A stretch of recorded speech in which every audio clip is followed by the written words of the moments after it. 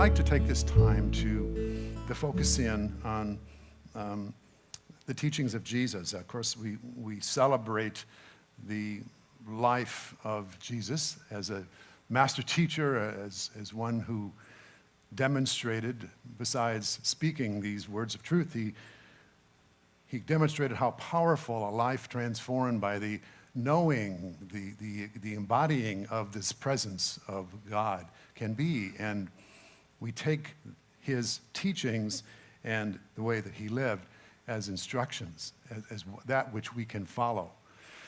And we say a lot about that through the course of the year. And this time of year, we want to remind everybody of what the role is of this master teacher in our spiritual life, in our spiritual practice. We honor the many paths. And you hear us say that every Sunday when we welcome new people, that we honor there are many paths to this spiritual life, this awakening, this presence power, whatever we call it. There's many ways, and we believe that there's no way that we can go wrong in one sense, because ultimately we are going to return to what we already are, what we already come from is inevitable. That's the destiny of our spiritual life. And we may take turns and twists and different routes and different practices and different religions in order to get there, but we're all going to get there. And so we honor the many paths. It doesn't mean that we teach all the many paths. It means we respect them. And the path that most of us follow here at Unity is the path that is laid down by this teacher, whose name is Jesus. And it's quite different to understand that what Jesus taught versus what became the Christian religion after he left the scene. And so what we do here is we raise up what we consider to be Jesus' transformational teachings, ways that we can transform our lives by having a direct relationship with this presence and power, because that's what we are. Instead of that there is some prescription for a life, a moral, ethical life that someday leads to the blessing of God in a place away from here, in a time removed from now. So it's important for us to recognize that we believe that Jesus was pointing us inside. He was, the story of the prodigal son and the idea that the kingdom of God is at hand and it's within ourselves, we believe was Jesus saying, you have what it takes, that you simply need to turn around from the tendency to look outside of yourself for your good, for your well-being, for your peace of mind, for the love that you're seeking. To stop this endless seeking but not finding, which is the separate self's way of doing business in the world, right?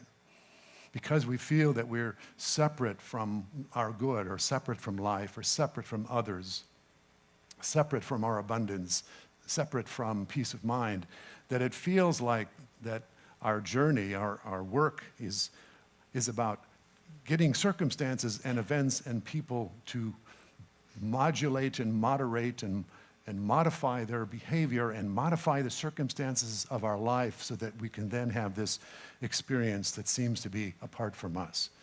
And that is the common life. That is the common perception that you and I have when we're stuck in a limited sense of who we are, when we think of ourselves as bodies and minds and biographies. And that life is what the Buddhists would say is the life of suffering. That our suffering does not have to do with what happens in our life. It has to do with how we respond to what happens to us in our life. It's determined by where we seek our satisfaction, where we seek our comfort, where we seek peace, where we seek love. And when it's outer directed, it feels like it's a willy-nilly affair, yeah? She loves me today, tonight maybe not so much. And it's just it's a vacillating consciousness that goes with the events of our life. And this is what has us having good days and bad days and all of that sort of dualistic notion of life satisfaction is here and then it's not. It's with me and then it's gone. And Jesus said, do not judge by appearances, but by righteous judgment. And his invitation is our invitation. It's the invitation to find within ourselves this source of well-being that has eluded us because we have overlooked it. Not because it's not here, not because we're not spiritual enough, not because we haven't prayed enough, not because we haven't been found worthy, not because grace is not coming through in this moment. It's because we have simply been looking in the wrong place. We have been looking out instead of looking in. And St. Francis said that it is what we are looking from that we are looking for. It is what we're looking from. What are you looking from? Not what are you looking for. The emphasis on objects instead of the awareness that perceives the objects is what keeps us outside and keeps us outside of the experience of love and peace and joy, because the objects seem to need to match up for me in order for me to feel that I have what I'm really wanting.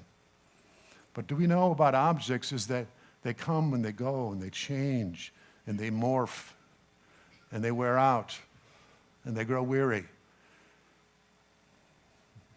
How could that be of God? How could anything that changes or morphs or wears out or is limited or is capricious, like here today, gone tomorrow, how could that be of God? And why would we continue to worship such idols unless we were dedicated to our own suffering? Why do I? Why do we? It's because, unfortunately, we haven't become familiar enough with this inner realm in order to know its reality is greater than the reality that we see with our physical senses. Just as science has morphed from the Newtonian view of matter and life, which seemed to suggest that all of life could be mechanistically explained, that there was just laws of physics and motion, and we could figure this all out like some giant complex clock that we could expect and understand and predict all of the movements of life. Just as that got blown apart by the quantum physics when we became more perceptive of reality, when we began to look more closely at what we thought was solid and discrete. When I looked at the atoms and even, we think like if you were to hold a tennis ball or let's say a golf ball in your hand, that feels solid. And so it would seem to reason that if you were holding the atoms that make up that golf ball, that they would also be solid, right? That's how logic works. But when they got down to looking at the atoms, they found that it was 99.9% not solid. And this just, throws us off. Because if it isn't solid, then what is it? And what that is it's like inviting us to look away from what we think is the solid reality from our senses and to look at the invisible reality of our own being, which is not solid in the conventional sense, but is immanently and eternally and always present. And the way you know this is because you've always known that you were aware, right? You may not know what you are at times, but you know that you are. And this is what we overlook. We use our awareness to perceive, to sense, and we take our sense of reality from the objects that we see, and we overlook the very capacity that we have to be aware. And it is in this aware sense, without objects, that we understand what we really are. This physical, pure consciousness. You can call it the light of consciousness. You can call it infinite intelligence. You can call it, nirvana. You can call it Brahman. You can call it whatever. Jesus called it what? Kingdom of God, kingdom of heaven.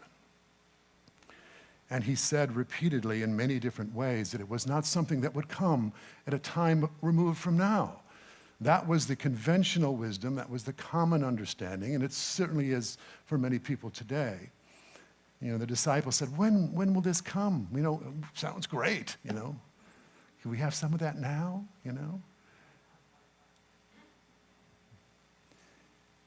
And Jesus said, you're not going to believe this. But you don't have to wait. It's not coming. Because see, if it was coming, that would mean that it could come and go. And how eternal and infinite and everlasting would something that would come and go be? I mean, that's what we're used to. We're used to, she loves me, she loves me not. I've got a great job, making money, I lost my job, don't have enough money. We understand the waves of phenomena. And so we're not familiar with the waveless, ever-present existence of something that is here now. And Jesus and all of the master teachers would say, call off the search and stop looking for something to represent, to approximate the kingdom of heaven or this reality of love. And get familiar with that which already is here now, with me, with us, as us. This is the power of the teachings. And it's so close, it's closer than our breath.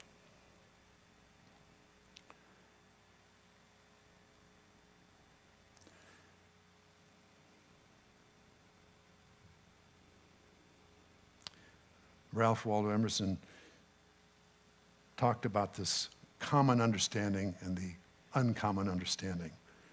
He said, what we commonly call man, the eating, drinking, planting, counting man, does not, as we know him, represent himself, but he misrepresents himself. Him we do not respect, but the soul, whose organ he is, would he let it appear through his action, would make our knees bend. When it breaks through his intellect, it is genius. And when it breathes through his will, it is virtue. And when it flows through his affections, it is love. This description is the reality of your being that our master teacher talked about. Because Jesus let his soul appear through his life. He didn't hold that back.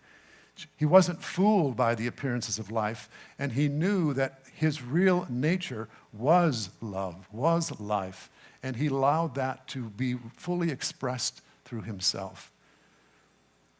All of us are made in the image and likeness of God. All of us are infinite expressions of love, but we're not completely expressing. That's the only difference. Jesus was the fully realized Son of God, and we are equally inherently made of the same infinite love. And yet we don't fully express it. That's the challenge, and that's the opportunity, and that's the call to follow in the life of a master. That his life became a living example of what was possible.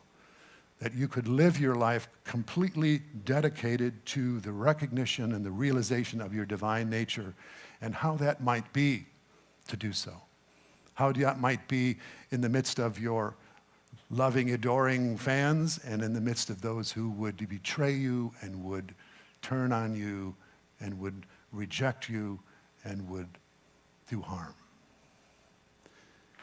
Because there is within that understanding a sense of being invulnerable, that some part of you, the truth of you, cannot be touched, cannot be limited, cannot be destroyed. And this is what mastery is about. It's not manipulating life. You know, we can become good at that. And that maybe has its place. We certainly need to take care of business, don't we? We need to feed the children and get to work on time and pay our bills and all that. And there's nothing wrong with putting our attention there.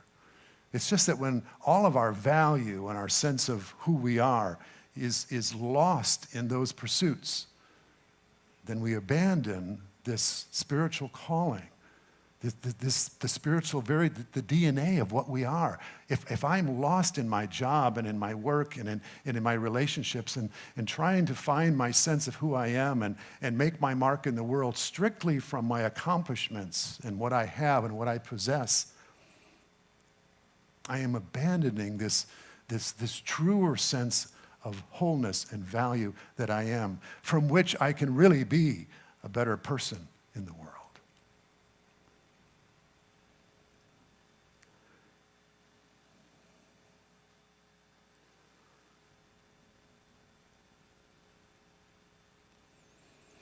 So I want to do a little practice with you this morning, and this is just a real simple way of you and I understanding this at a very fundamental level.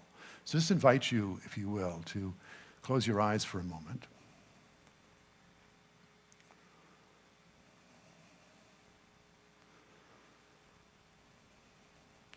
And if you were to describe yourself,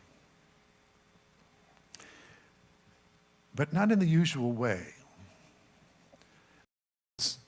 you wouldn't use your name, you wouldn't identify your gender, you wouldn't identify anything about your biography at all, your parents or where you grew up or any of those things. You wouldn't identify your job or the position you hold in the world or your relationships with anybody else. If you took away all of the labels that the world believes are necessary to describe an individual, how would you describe yourself?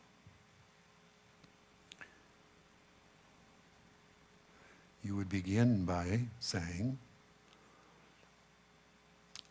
most of us use the name I.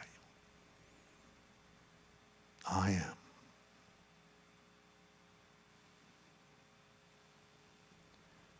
So who are you? Who are you? Without the labels, the roles, the relationships, the positions, the possessions, the history, or the expectations.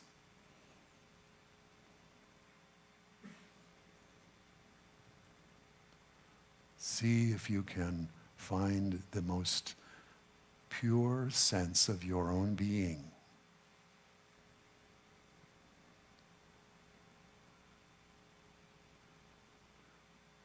What you're looking for is what you're looking from. The kingdom of heaven is here now.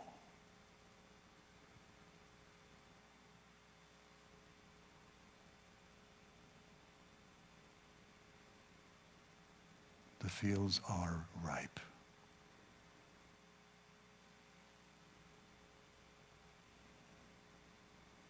Do not look here, do not look there. It is here. It is spread before us, within us, and as us. What is this essential, undeniable, incontrovertible truth?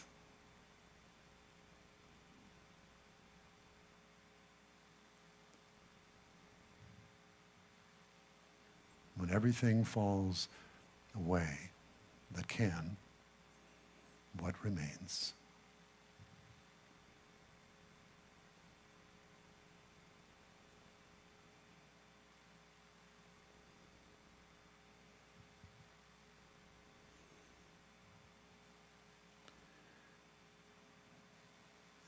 It is the will of the one presence and the one power. It has only one will, as far as we're concerned. That we know it as us. Any sense of separation must dissolve in this, because there's nothing outside. Even the quantum scientists have come to say, there is no out there out there. All we can know is within us, within the awareness of which we recognize all it is.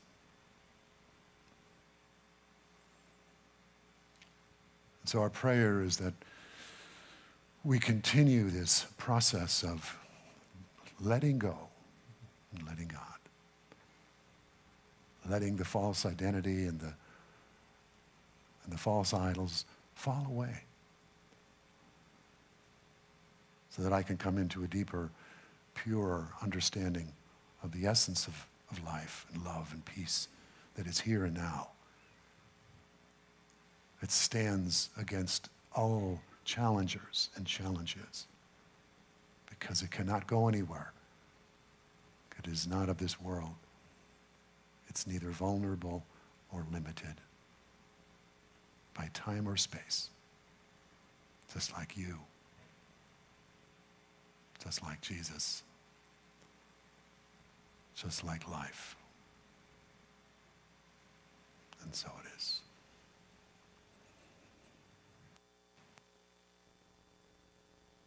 So we'll be continuing over the next few weeks talking about the uncommon life of Jesus and what he taught us.